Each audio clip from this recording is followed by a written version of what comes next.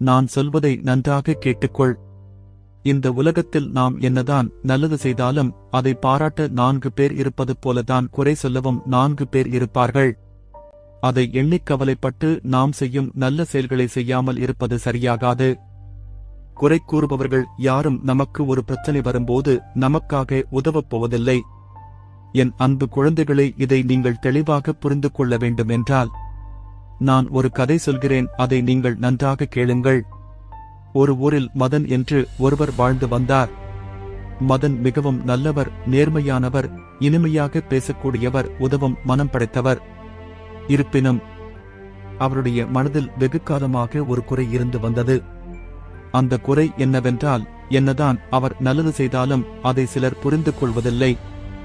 எவ்வளவு உதவி செய்திருந்தாலும் சூழ்நிலை காரணமாக ஏதேனும் அவரால் உதவ முடியாத சமயத்தில் நண்பர்களே இவரிடம் முகத்தை காட்டுகிறார்கள் என்பதால் மதன் மனதில் நாம் எவ்வளவு நல்லது செய்தாலும் அதை குறை கூறுகிறார்களே என்ற வருத்தம் அதிகமாக இருந்தது. அப்போது அந்த ஊருக்கு ஒரு முனிவர் வந்தார்.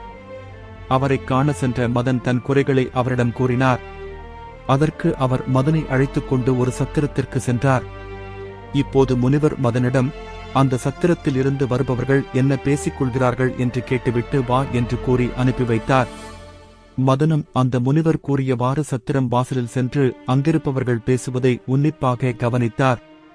சிலர் இந்த சத்திரத்தின் உரிமையாளர் போல ஆட்கள் இருப்பதால் தான் நாட்டில் மழை பெய்கிறது என்று பாராட்டியும், இன்னும் சிலர் இந்த சத்திரத்தின் உரிமையாளருக்கு பணம் சம்பாதித்து என்ன செய்வது என்று புரியாமல் சத்திரம் நடத்துகிறார் என்றும் பேசிக்கொண்டனர்.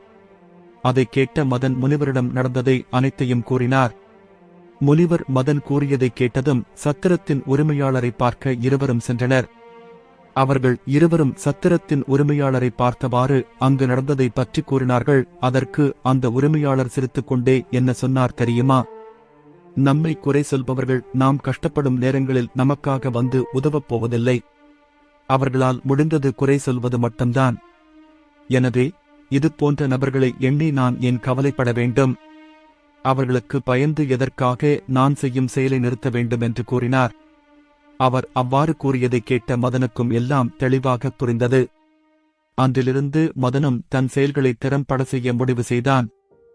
என் அன்பு குழந்தைகளுக்கும் இந்த கதையின் வாயிலாக அனைத்தும் புரிந்திருக்கும் என்று நான் நம்புகிறேன். நீங்களும் குறை சொல்பவர்களை மறந்துவிட்டு உங்கள் வேலைகளில் மட்டும் கவனம் செலுத்தினால் இந்த வாழ்க்கை என்றும் உங்களுக்கான நிம்மதியை உங்களிடம் கொண்டு வந்தே தீரும். உங்கள் குறைகளை மறந்து சிந்தித்து செயல்படுங்கள். நல்லதே நடக்கும்.